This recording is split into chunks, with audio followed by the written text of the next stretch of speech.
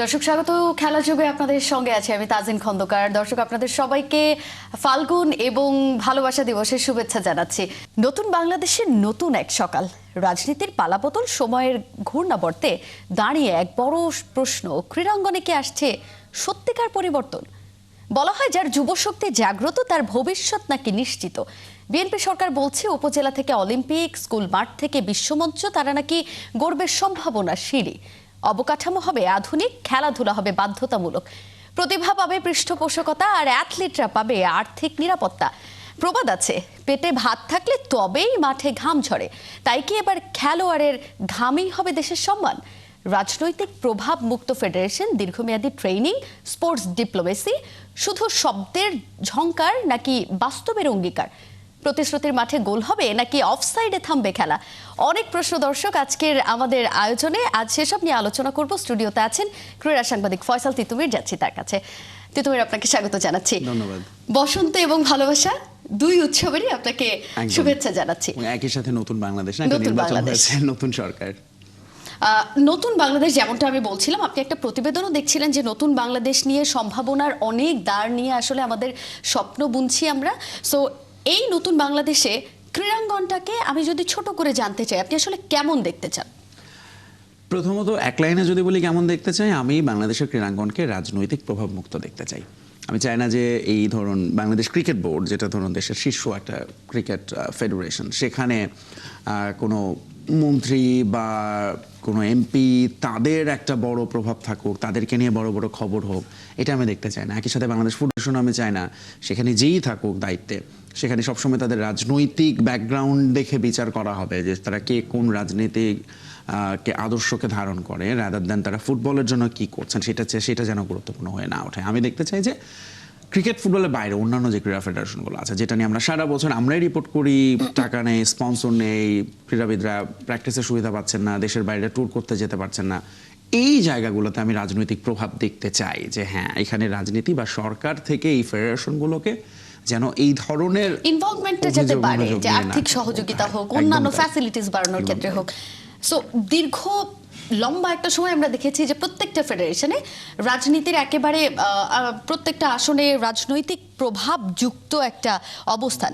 So সেই জায়গাটাতে উন্নতির জায়গা কতটুকু ছিল এবং পিছিয়ে পড়ার জায়গা কতটুকু ছিল সেটা একেবারে দৃশ্যমান। সো এইবারে নতুন যে সরকার গঠন করতে যাচ্ছে, সেই সরকারের কাছে প্রত্যাশাটা কি থাকবে? প্রত্যাশা তো অবশ্যই হচ্ছে কি, মানে ধরুন ক্রীড়াঙ্গনের গুলো, এই জিনিসগুলো এখন ওয়ার্ল্ড ওয়াইড যেটা হয়েছে সবগুলো অটোনমাস বডি। সো ধরুন ক্রিকেটের একটা সাফল্য যদি হয়, সেটা আসলে সরকারের কতটুকু সাফল্য আমরা জানি না, কিন্তু সরকার সেটা ক্রেডিট নিতে চায় পুরোটুকু। এবং বেশিরভাগ ক্ষেত্রে ক্রিকেটের সাফল্য বা ফুটবলে যখন ব্যর্থ হচ্ছে, সেটার কিন্তু ক্রেডিট খুব বেশি গভর্নমেন্ট বা সরকার বা দায়িত্বপ্রাপ্তরা নিতে চায় না। তারা চায় যাতে অ্যাথলেটরা বা ওই নির্দিষ্ট ক্রিকেট বোর্ড, ফেডারেশন বা অ্যাথলেট তাদের এটা দায়ভার। সো আমাদের প্রত্যাশা হচ্ছে প্রথমত যে এই ফেডারেশনগুলো এগেইন মানে তারা তাদের মতো করেই কাজ করুক না, শুধু যে জায়গাগুলোতে মনে হয়েছে গভর্নমেন্টের সঙ্গে অ্যালায়েন্স হওয়া দরকার সেই জায়গাগুলোতেই তারা যেন কোনো কিছু নিয়ে প্রশ্ন না ওঠে।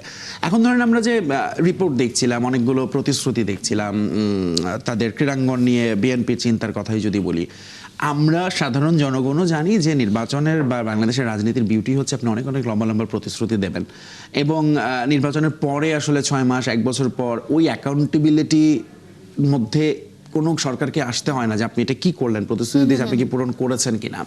ফলে এই প্রতিশ্রুতিগুলো হয়তো আমরা সবকিছু চোখেও দেখবো না, বা আমরা হয়তো এগুলো নিয়ে খুব বেশি জানতেও চাই না। এবং এটাতে যেমন লেটসে কিছু বিষয় তো খুব ইন্টারেস্টিং, স্পোর্টস ডিপ্লোমেসির কথা বলা হয়েছে, যেটা নিয়ে ধরুন আমি দীর্ঘদিন ধরে কাজ করছি, আই নো যে এইটা একটা ভালো টুল, এবং এটা যখন গভর্নমেন্ট লেভেল থেকে চিন্তাগুলো করা হয় সেটা আসলে অনেক বড় একটা প্রভাব ফেলে বৈশ্বিক প্রেক্ষাপটে। অ্যাট দ্য সেম টাইম ধরুন কিছু ছোট ছোট উদ্যোগের কথা এখানে বলা আছে, যে নতুন করে স্পোর্টসের যে কথাটা বলা হয়েছে সারা দেশে, স্কুলে কিভাবে স্পোর্টসটাকে আরও বেশি ইনভলভ করা যায় আরও বেশি, এবং এই জিনিসগুলো আসলে আপনাকে হয়তো হেল্প করবে। কিন্তু মেইন জিনিস হচ্ছে যে বাংলাদেশের ধরেন আমরা যদি দেখি যে বড় যে খেলাগুলো, সেগুলোর জন্য খুব বেসিক জিনিসপত্র ঠিক নেই।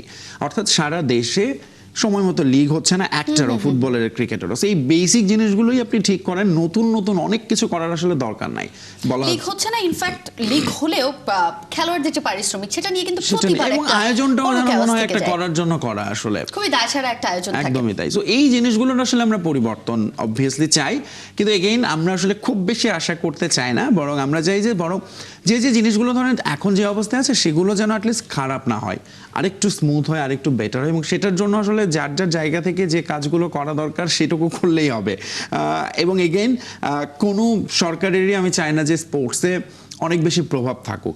শুধুমাত্র সাহায্য সহযোগিতার কথা যদি আসে বা কিছু পার্টিকুলার জায়গায় এবং আরেকটা বড় চাওয়া থাকবে, প্রত্যাশার কথা, হ্যাঁ ভালো কথা মনে পড়েছে, বাজেটটা ধরেন খুব আর 2-3 মাস পরে বাজেট হবে, এবং আপনি দেখবেন যে স্পোর্টসে আমরাই রিপোর্ট করব একেবারেই ওই অনেক সময় নামে মাত্র খুব ছোট্ট সবচেয়ে অল্প বাজেটটা এটাতে থাকে, যেটা আসলে আনফরচুনেট। কারণ হচ্ছে আমাদের এই যে আমরা জেন জির কথা বলছি, বড় একটা ইয়াং জেনারেশন, তাদেরকে কিন্তু আপনি স্পোর্টসে একটা দারুণ ইনভলভমেন্ট করানোর সুযোগ আছে, এবং সেটার জন্য আসলে বাজেটেও গুরুত্ব দেওয়া দরকার বলে আমি মনে করি। এক্স্যাক্টলি।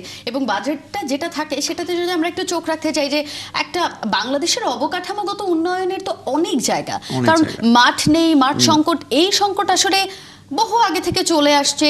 একটা শেরেবাংলা ক্রিকেট স্টেডিয়াম অথবা একটা ঢাকা স্টেডিয়াম ছাড়া বলার মতো তো ঢাকায় আসলে কিছু নেই। ঢাকার বাইরে গেলেও যেসব মাঠ আছে সেগুলোতে একেবারে খেলার অনুপযোগী। সেখানে দেখা যাচ্ছে যে ড্রেসিং রুম নাই, সেখানে ভালো কোনো ফ্যাসিলিটিস নাই।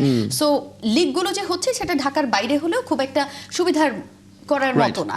সো অবকাঠামো উন্নয়নে আসলে আপনি কোন জায়গাগুলোতে জোর দেওয়ার কথা বলবেন? আচ্ছা, এই জায়গাটাতে আমি যেটা জোর দেওয়ার কথা বলবো সেটা হচ্ছে অবকাঠামো উন্নয়নের চেয়ে বেশি অবকাঠামোর দেখভাল করার ব্যাপারে। কিরকম দেখেন, আপনি যে পয়েন্টগুলো তুলেছেন আই টোটালি এগ্রি, বাট এর সঙ্গে আমাদের এটাও চিন্তা করা উচিত, আমাদের অনেক অবকাঠামো, লেটস সে একটা ইন্টারন্যাশনাল ক্রিকেট স্টেডিয়াম বছর পর বছর সেখানে রাজনৈতিক কারণে খেলা হয়নি বগুড়াতে। অবভিয়াসলি এবার আমরা জানি যে বগুড়া খুব আলোচনা আসবে, কিন্তু at the same time let's say গোপালগঞ্জে একটা স্টেডিয়াম আছে, এখন গোপালগঞ্জের একটা রাজনৈতিক পরিচয় আছে, সেটার জন্য যদি এখন গোপালগঞ্জে বলি না এখানে কোনো খেলাধুলা হবে না, মানে that's very sad for the sports fraternity. So আমার মনে হয় যে ধরুন অবকাঠামোর ক্ষেত্রে আমি যদি বলি ঢাকাতেই লেটসে আমাদের যে একটা জাতীয় এনএসসির যে নতুন বিল্ডিং করা হয়েছে, ন্যাশনাল স্পোর্টস কাউন্সিল, অবভিয়াসলি আপনিও সেখানে গিয়েছেন, বাট আপনার গেলে মনে হবে যে এটা আসলে কই আসলাম, এত চমৎকার একটা বিল্ডিং, বাইরে থেকে ভেতরে ঢুকলে কোনো রক্ষণাবেক্ষণ নেই, ধুলো ময়লা এখানে সেখানে এটা পড়ে আছে, এবং এইটা যে চিন্তা করে করা হয়েছিল ফেডারেশনগুলো সব এক বিল্ডিং এর ছাদের নিচে আসবে, সেটা আজ পর্যন্ত করা যায়নি।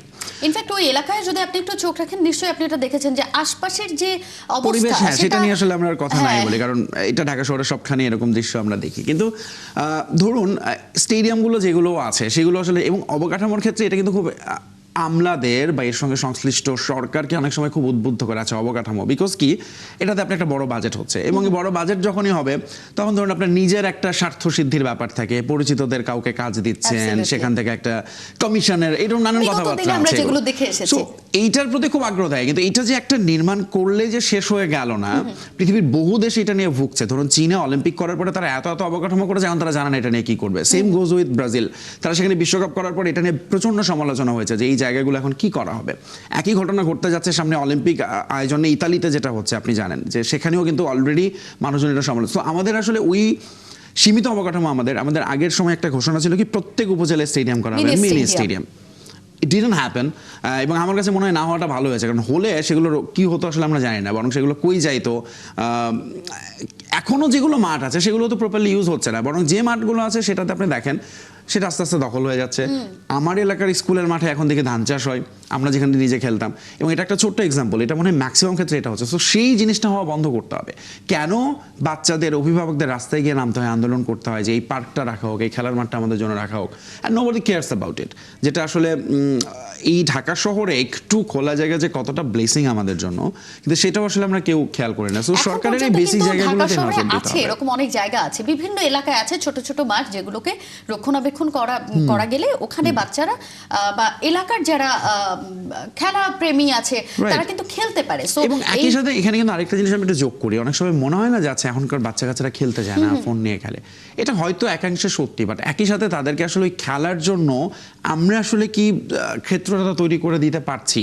ধরুন তারা ওই মাঠে আসলে কি ধরুন তারা ভয় পাচ্ছে যেতে, কারণ ওখানে কি আসলে শুধু খেলাই হয় না, খেলার বাইরে অনেক কিছু হয়। তো এই ক্ষেত্রে আমাদের প্রত্যেকেরই বোধহয় কাজ আছে, দায়বদ্ধতা আছে, বাচ্চাদের নিয়ে কিভাবে আমরা আরো বেশি কোনো ইনভলভ করতে পারি, সেটা ধরুন সরকারের দিক থেকে এই জায়গাগুলোতে তারা কাজ করতে পারে। সরকারের আন্ডারে যে ধরুন সিটি কর্পোরেশন, পৌরসভা, ইউনিয়ন পরিষদ, সেগুলো থেকে তারা উদ্যোগ নিতে পারে। আশ্বাসের মানে আগেও শুনেছি আমরা যে সিটি কর্পোরেশন প্রত্যেক এলাকা ভিত্তিক যেসব ছোট ছোট মাঠ আছে সেগুলোকে রক্ষণাবেক্ষণ করে হয়তো কিছু ফ্যাসিলিটিস থাকবে সেখাখানে, সেগুলো আসলে এলাকার বাচ্চারা ঢাকা উত্তর সিটি কর্পোরেশনে সামান্য একটু দেখা গেলেও ঢাকা দক্ষিণে এটা একেবারেই দেখা যায় না। সো মিনি স্টেডিয়ামের কথা যেটা বলছিলাম, আমরা রিপোর্টেও দেখছিলাম যে বেশ কিছু আশ্বাস এসেছে। সো সেই জায়গাটাতে মিনি স্টেডিয়াম থেকে শুরু করে জেলা ভিত্তিক বিভিন্ন টুর্নামেন্ট, যেটাতে করে তৃণমূল থেকে ফুটবলার, ক্রিকেটার থেকে শুরু করে বিভিন্ন ডিসিপ্লিনে অ্যাথলেটরা উঠে আসবে। এই যে আশ্বাস, এই আশ্বাসটা আসলে কতখানি আপনাকে সম্ভাবনার দ্বারপ্রান্তে নিয়ে যায়? খুব বেশি নিয়ে যায় না আসলে, কারণ আমাদের অভিজ্ঞতা বলে যে রাজনৈতিক প্রতিশ্রুতি এগুলো আসলে রাজনীতির জন্যই তারা দিয়ে থাকেন। তারাও জানেন যে এটা যদি আমি পুরো নাও করি আমাকে জনগণ ক্ষমতা থেকে টেনে নামাবে না। বাংলাদেশের এইটা সাধারণত নেই, ওই অ্যাকাউন্টেবিলিটি আমরা তৈরি করতে পারিনি। ফলে এই প্রতিশ্রুতি তারা দিয়েছেন। এবং আচ্ছা ধরুন এই যে দলগুলো যে ইস্তেহার দেয়, প্রতিশ্রুতি দেয়, এত এত দফা দেয়, আমরা যারা ভোট দিতে গেছি সাধারণ মানুষ কয়টা আসলে আমরা ওগুলো দেখে যাই? আমরা যাই যে আচ্ছা ঠিক আছে এই ক্যান্ডিডেট বা এই দল দেখে আমরা ভোটটা দিচ্ছি। সেম ধরুন ক্রীড়াঙ্গনের ক্ষেত্রে তারা যে প্রতিশ্রুতিগুলো দিয়েছেন এর হয়তো অনেকগুলো আমরা আসলে ঠিকমতো জানিও না, কিন্তু এখানে যে রিপোর্টের যেগুলো দেখছিলাম, এগেন এই 64টা জেলায় ধরুন তারা স্টেডিয়ামের কথা বলেছে বা হোয়াট এভার, কিন্তু সেইটা আসলে তারা আদৌ করবে কিনা, এবং করলে মানে এইটার জন্য যে আমি তাদেরকে বলবো আবার যে আপনি এটা করছেন না কেন, আপনি তো বলেছিলেন, সেই রাজনৈতিক কালচার তো আমাদের নেই, কিন্তু এটা আসলে থাকা উচিত। সো আপনি যখন কোনো কিছু বলবেন একেবারেই নেই বললেই চলে, একদমই তাই। সো আমাকে যেন ওই চিন্তাটা মাথায় রেখে আমি যেটা বলছি আমাকে কিন্তু এটা করতে হবে, আদারওয়াইজ আমি জনগণের কাছে এটা জবাবদিহিতা দিতে হবে। সেটা আমাদের কাছে ফরচুনেটলি আর আনফরচুনেটলি দিতে হয় না। সো যারা রাজনীতি করেন তারা এটা সুবিধাটা নেন, তারা লম্বা লম্বা চওড়া কথা বলেন। এগেইন ক্রীড়াঙ্গন নিয়ে অনেক কথা বলা হয়েছে। এখন still we want to believe, we hope যে বিএনপি তারেক রহমানের নেতৃত্বে তারা যে প্রতিশ্রুতিগুলো দিচ্ছে সেটা অ্যাটলিস্ট তার যদি 50%ও তারা করতে পারে, এবং খুব বেসিক, আমি আবারও বলছি মানে একেবারে খুব হিরোইক কিছু করার দরকার নাই, কারণ আমরা জানি যে বিএনপির আগেও যখন ছিল এবং বাংলাদেশে আসলে সবসময় লাকিলি ক্রীড়া বান্ধব সরকার আমরা পেয়েছি, যে ধরুন তারা এর আগে যখন সরকার গঠন করেছে বিভিন্ন সময় আমরা দেখতে পেয়েছি টেস্ট মর্যাদা যখন বাংলাদেশ পেয়েছে তখন বিএনপির বড় একটা প্রভাব ছিল, ক্রীড়াঙ্গনে তাদের ইনভলভমেন্ট অনেক বড় ছিল। সো বিভিন্ন সময় অ্যাথলেটদের প্রতি তাদের বিভিন্ন টুর্নামেন্ট থেকে শুরু করে বিভিন্ন অ্যাক্টিভিটিস অনেক বেশি সক্রিয় ছিলেন তারা। সো এইবারও নিশ্চয়ই আমরা প্রত্যাশা করবো এরকম কিছুই দেখবো আমরা নতুন বাংলাদেশে, নতুন করে স্পোর্টসটা নতুন আঙ্গিকে আমরা দেখতে পাই, এটাই প্রত্যাশা থাকবে। আপনাকে অসংখ্য ধন্যবাদ আমাদের সঙ্গে যুক্ত হওয়ার জন্য।